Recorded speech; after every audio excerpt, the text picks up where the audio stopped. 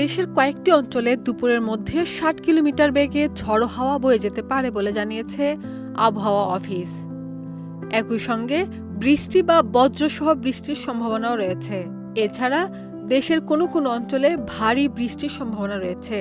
সংস্থাটির দেওয়া এক বিজ্ঞপ্তিতে বলা হয়েছে, ময়মনসিংহ ও সিলেট অঞ্চলের উপর দিয়ে দুপুর ১টার মধ্যে পশ্চিম অথবা উত্তর পশ্চিম দিক থেকে ঘন্টায় ৪৫ থেকে ৬০ কিলোমিটার বেগে অস্থায়ীভাবে দমকা অথবা ঝড়ো হাওয়া সহ বৃষ্টি অথবা বজ্রসহ বৃষ্টি হতে পারে।